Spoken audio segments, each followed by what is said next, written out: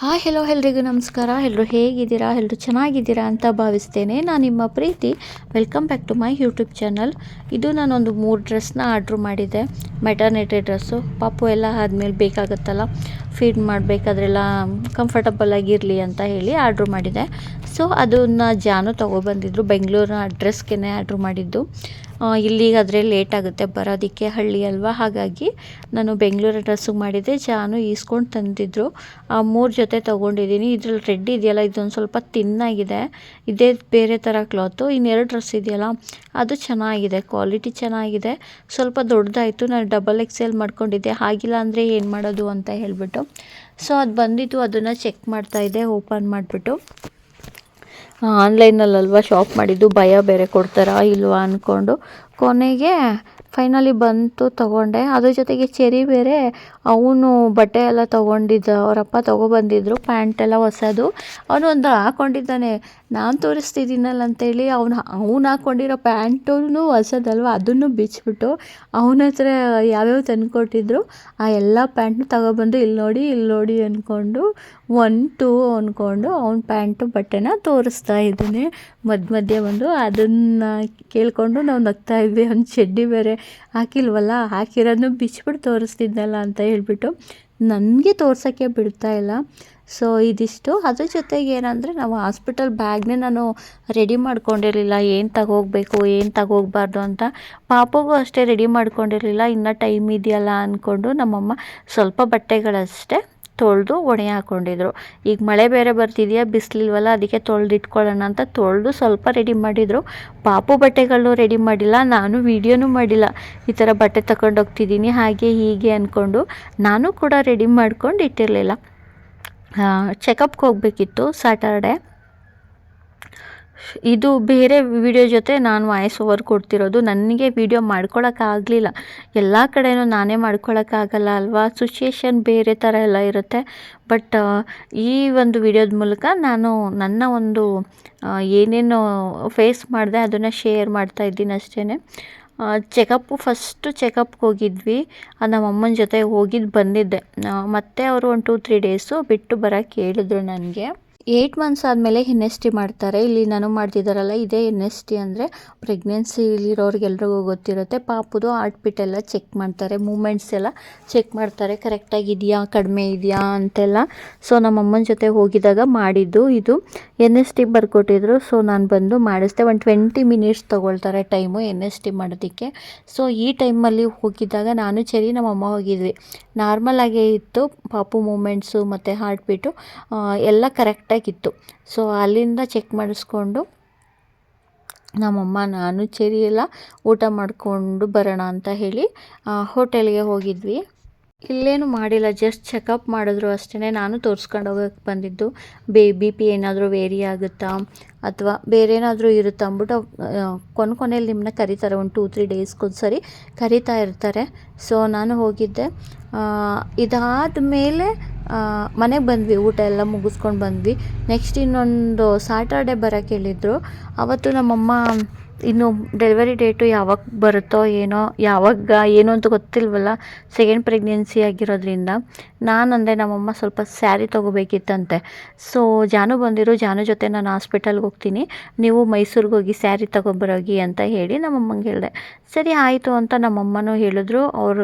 ಅವರು ಪರಿಚಯ ಇರೋರ ಜೊತೆ ಹೋದರು ಮೈಸೂರಿಗೆ. ನಾವೇ ಕಾರಲ್ಲಿ ಡ್ರಾಪ್ ಮಾಡಿದ್ವಿ ಬಸ್ ಸ್ಟ್ಯಾಂಡ್ ತನಕ. ಅವ್ರು ಬಸ್ಸಲ್ಲಿ ಹೋಗ್ತೀನಿ ಅಂತ ಹೇಳಿದ್ರು. ಅವ್ರನ್ನ ಡ್ರಾಪ್ ಮಾಡಿಬಿಟ್ಟು ನಾವು ಮಂಡ್ಯಗೆ ಹೋದ್ವಿ ಚೆಕಪ್ಗೆ ಅಂತ ಹೇಳಿಬಿಟ್ಟು. ನಮ್ಮಮ್ಮ ಸ್ಯಾರಿ ತೊಗೊಬರೋದಕ್ಕೆ ಅವ್ರಿಗೆ ಗೊತ್ತಿರೋರ ಜೊತೆ ಮೈಸೂರಿಗೆ ಹೋದರು. ಅವ್ರು ಅಲ್ಲಿ ಹೋಗಿ ಅಲ್ಲಿ ಇಳಿದಿದ್ದಾರೆ. ಇಲ್ಲಿ ನಾನು ಚೆಕಪ್ಗೆ ಅಂತ ಹೇಳಿ ಬಂದಿದ್ದೀನಿ. ಮಾಮೂಲಿ ಚೆಕಪ್ ಎಲ್ಲ ಮಾಡ್ತಾಯಿದ್ರು. BP ಎಲ್ಲ ಚೆಕ್ ಮಾಡಿದ್ರು, ನೋಡಿದ್ರು.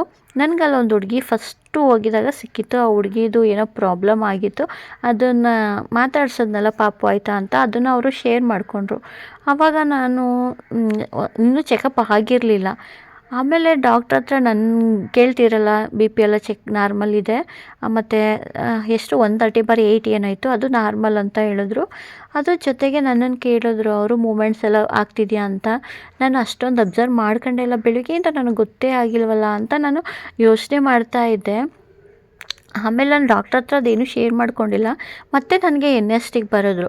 ಓಕೆ ಎನ್ ಎಸ್ ಟಿ ಮಾಡಿಸೋಣ ಅಂತ ಹೇಳ್ಬಿಟ್ಟು ಎನ್ ಎಸ್ ಟಿಗೆ ಹೋಗೋಕ್ಕೂ ಮುಂಚೆ ಸ್ವೀಟು ಅಥವಾ ಐಸ್ ಕ್ರೀಮು, ಜ್ಯೂಸು ಇದನ್ನು ಕುಡ್ಕೊಬನ್ನಿ ಅಂತ ಹೇಳ್ತಾರೆ.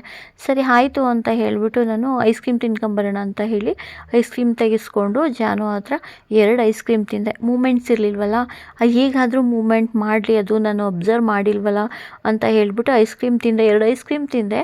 2 ಸಾರಿ ಪಾಪು ಮೂಮೆಂಟ್ ಮಾಡಿದ್ದು, ಅಂದರೆ 2 ಟೈಮ್ಸ್ ಅಷ್ಟೇ ಮೂಮೆಂಟ್ಸ್ ಆಗಿದ್ದು. 2 ಐಸ್ ಕ್ರೀಮ್ ತಿಂದೆ, 2 ಸಾರಿ ಮೂಮೆಂಟ್ಸ್ ಆಯಿತು. ಸರಿ ಅಂತ ಎನ್ ಎಸ್ ಟಿಗೆ ಹೋದೆ. ಅದನ್ನು 20 ಮಿನಿಟ್ಸ್ ಮಾಡ್ತಾರೆ. ಹೋಗಿ ಮಲ್ಕೊಂಡೆ. ಮಾಮೂಲಿ ಅದೇ ಹೇಳಿದ್ನಲ್ಲ, ಮೂಮೆಂಟ್ಸ್ ಕಡಿಮೆ ಇತ್ತು, ಬಟ್ ನಾನು ಶೇರ್ ಮಾಡ್ಕೊಂಡಿರಲಿಲ್ಲ. ಅದು ಅಲ್ಲಿ ಗೊತ್ತಾಗುತ್ತೆ. ಒಂದು 2 ಟೈಮ್ ಮಾಡ್ತು ಮೂಮೆಂಟ್ಸು. ಹಾರ್ಟ್ ಬೀಟ್ ಎಲ್ಲ ಮಾಮೂಲಿ ಕರೆಕ್ಟಾಗಿತ್ತು. ಮೂಮೆಂಟ್ಸ್ ಆಮೇಲೆ ಬರಲೇ ಇಲ್ಲ. ಬಂದರು, ಅವ್ರು ಕೇಳಿದ್ರು ತಿಂದಿದ್ದೀರಾ, ಕುಡ್ದಿದ್ದೀರಾ, ಮೂಮೆಂಟ್ಸ್ ಆಗ್ತಿಲ್ಲ ಮಗುದು, ಯಾಕೆ ಬೆಳಗ್ಗೆಯಿಂದ ಆಗಿದೆಯಾ ಏನು ಅಂತ ಕೇಳಿದ್ರು.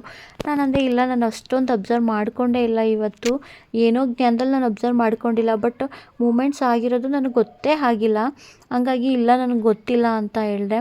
ಯಾವಾಗಿಂದ ಅಂದರು ಒಂದು 10 o'clock ಅಂತ ಹೇಳಿದೆ. ಸರಿ ಆಯಿತು, ಇವಾಗ ನಾನು 2 ಐಸ್ ಕ್ರೀಮ್ ತಿಂದೆ, 2 ಟೈಮ್ಸ್ ಅಷ್ಟೇ ಮಾಡಿದ್ದು ಮೂಮೆಂಟ್ಸು, ಮತ್ತೆ ಮಾಡೇ ಇಲ್ಲ ಅಂದೆ. ಓಕೆ ಅಂತ ಹೇಳಿ ನನಗೆ ಮಗುಗೆ ಆಕ್ಸಿಜನ್ ಹಾಕಿದ್ರು. ಆಕ್ಸಿಜನ್ ಹಾಕಿದ್ಮೇಲೆ ಬೇಬಿ ಮೂಮೆಂಟ್ಸು ಸ್ವಲ್ಪ ಆಯಿತು. ಫಸ್ಟ್ 2 ಸಲ ಆಯಿತು. ಆಮೇಲೆ ಮಧ್ಯ ಮೂಮೆಂಟೇ ಮಾಡಿಲ್ಲ. ಒಂದು ಸ್ವಲ್ಪ ನಿಮಿಷ, 20 ನಿಮಿಷ ಮಾಡ್ತಾರಲ್ಲ, ಅದರಲ್ಲೂ ಒಂದು 10 ನಿಮಿಷ ಮಾಡೇ ಇಲ್ವೇನೋ. ಕೊನೆಯಲ್ಲಿ ಒಂದು 2-3 ಮೂಮೆಂಟ್ಸ್ ಆಯಿತು ಅಷ್ಟೇ. ಮೂಮೆಂಟ್ಸೇ ಆಗ್ತಿಲ್ವಲ್ಲ ಅಂತ ಹೇಳಿದ್ರು. ಮತ್ತೆ ಡಾಕ್ಟ್ರ್ ಹತ್ರ ಅದನ್ನು ತಂದು ತೋರಿಸಿದ್ರು. ಈ ಥರ ಮೂಮೆಂಟ್ಸ್ ಆಗ್ತಿಲ್ಲ, ಇವ್ರಿಗೂ ಆಗ್ತಿಲ್ವಂತೆ ಬೆಳಗ್ಗೆಯಿಂದ ಅಂದರು. ಡಾಕ್ಟ್ರು ನಂಗೆ ಬೈದರು. ಮತ್ತು ಯಾಕೆ ಕೇಳಲಿಲ್ಲ, ಕೇಳಿದಿಗೆ ಸುಮ್ಮನೆ ಹ್ಞೂ ಅಂದ್ಬಿಟ್ಟು ಸುಮ್ಮನಾದೆ ಅಂದರು. ನಂಗೆ ಗೊತ್ತಾಗಲಿಲ್ಲ ಅಂದೆ. ಈ 1 ಅವರ್ಗೆ 2 ಟೈಮ್ಸ್ ಆದರೂ ಮೂಮೆಂಟ್ಸ್ ಆಗಬೇಕಂತೆ. ನಾನು ತಿಂದರೂ ಆಗಿಲ್ಲ. ಆಮೇಲೆ ಮೂಮೆಂಟ್ಸ್ ಎಲ್ಲ ಕಡಿಮೆ ಇದೆ, ನೀವು ಇವಾಗಲೇ ಅಡ್ಮಿಟ್ ಆಗಿಬಿಡಿ ಅಂತ ಡಾಕ್ಟ್ರು ನನಗೆ ಹೇಳಿದ್ರು. ಇವಾಗ ಏನು ಮಾಡಬೇಕು ಅಂತ ನನಗೆ ಗೊತ್ತಾಗ್ತಿಲ್ಲ. ಯಾಕೆಂದರೆ ನಮ್ಮಮ್ಮ ಆಲ್ರೆಡಿ ಹೊರಟೋಗ್ಬಿಟ್ಟಿದ್ದಾರೆ ಇದಕ್ಕೆ, ಮೈಸೂರಿಗೆ. ಜಾನು ಒಬ್ಬರೇ ಇರೋದು. ಒಬ್ಬರೇ ಏನು ಮಾಡ್ತಾರೆ, ಬ್ಲಡ್ ಚೆಕಪ್ಗೆ ಅದಕ್ಕೆ ಇದಕ್ಕೆ ಎಲ್ಕ ಕೊಡಿ ಅಂತ ಹೇಳ್ತಿದ್ದಾರೆ. ನನಗೆ ಬೇರೆ ಭಯ ಆಗ್ತೈತೆ. ಜಾನು ಒಬ್ಬರೇ, ಚೆರಿ ಬೇರೆ ಇದ್ದಾನೆ, ಹೆಂಗೆ ಮೇಂಟೈನ್ ಮಾಡ್ತಾರೆ. ನನಗೆ ಪಾಪು ಏನು ಮಾಡಬೇಕು ಅಂತಲೇ ಗೊತ್ತಾಗ್ತಾ ಇಲ್ಲ. ನಮ್ಮಮ್ಮಗೆ ಫೋನ್ ಮಾಡಬೇಕಾ ಬೇಡವಾ ಅಂತ ಯೋಚನೆ ಮಾಡಿದೆ. ಆಮೇಲೆ ಇಲ್ಲ, ಅವರು ಅಡ್ಮಿಟ್ ಆಗಲೇಬೇಕು, ಈ ಥರ ಮೂಮೆಂಟ್ಸ್ ಕಮ್ಮಿ ಆದರೆ ಪ್ರಾಬ್ಲಮ್ ಆಗಿಬಿಡುತ್ತೆ ಪಾಪುಗೆ ಅಂತ ಹೇಳಿದ್ರು. ಅದಕ್ಕೆ ಅವ್ರು ಹೇಳೋದು ಮೂಮೆಂಟ್ಸ್ ನೋಡ್ಕೊಳ್ಳಿ ಅಂತ. ಸೊ ನನಗೆ ಮೂಮೆಂಟ್ಸ್ ಕಮ್ಮಿ ಆಗಿತ್ತಲ್ಲ, ನಿಮ್ಮ ಯಜಮಾನ್ರು ಕರೀರಿ ಅಂತ ಹೇಳಿದ್ರು. ಜಾನನ್ ಕರೆದೆ. ಅಷ್ಟರಲ್ಲಿ ಆಲ್ರೆಡಿ ಮೊದಲೊಂದು ಸರಿ ಡಿಸ್ಕಸ್ ಆಗಿತ್ತಲ್ಲ, ಈ ಥರ ಪೇಯ್ನ್ ಬರ್ತಿದೆ ನನಗೆ ಪೆಲ್ವಿಕ್ ಅಂತ ಹೇಳಿದೆ. ಅದಕ್ಕೆ ಅವರು ನಾಳಿದ್ದು ಬಂದು ಅಡ್ಮಿಟ್ ಆಗಿ, ಮಂಡೇ ಬಂದು ಅಡ್ಮಿಟ್ ಆಗಿ ಅಂತ ಹೇಳಿದ್ರು ನಮ್ಮನ್ನ. ಸಿಕ್ಕಾಬಟ್ಟೆ ಪೇಯ್ನ್ ತಡೆಯೋಕ್ಕಾಗ್ತಿಲ್ಲ ಅಂದಿದ್ದಕ್ಕೆ. ಬಟ್ ಇಲ್ಲಿ ಮೂಮೆಂಟ್ಸೇ ಆಗ್ತಿಲ್ವಲ್ಲ, ಅದಕ್ಕೆ ನಮ್ಮ ಜಾನನ್ನ ಕರೆದ್ರು. ಈ ಥರ ಮೂಮೆಂಟ್ಸ್ ಆಗ್ತಿಲ್ವಂತೆ, ಈ ಥರ ಆಗಬಾರ್ದು, ಇವತ್ತೇ ಅಡ್ಮಿಟ್ ಆಗಿ ನೀವು ಅಂತ ಹೇಳಿದ್ರು. ನಾನು ಜಾನು ಮುಖ ನೋಡ್ತೀನಿ, ಜಾನು ನನ್ನ ಮುಖ ನೋಡ್ತಾರೆ. ಏನು ಮಾಡಬೇಕು ಅಂತ ಗೊತ್ತಾಗ್ತಾ ಇಲ್ಲ ನನಗೆ. ಯಾಕೆ ಏನು ಅಂತಲೂ ನಿಮಗೆ ಇನ್ನೊಂದು ವೀಡಿಯೋದಲ್ಲಿ ಶೇರ್ ಮಾಡ್ಕೊಳ್ತೀನಿ. ಒಬ್ರಿಗೊಬ್ರು ಮುಖ ನೋಡ್ಕೊಂಡಿದ್ವಿ. ಆಮೇಲೆ ನಮ್ಮಮ್ಮಂಗೆ ಕಾಲ್ ಮಾಡಿಬಿಟ್ಟು ಕೇಳಿದೆ ನಾನು,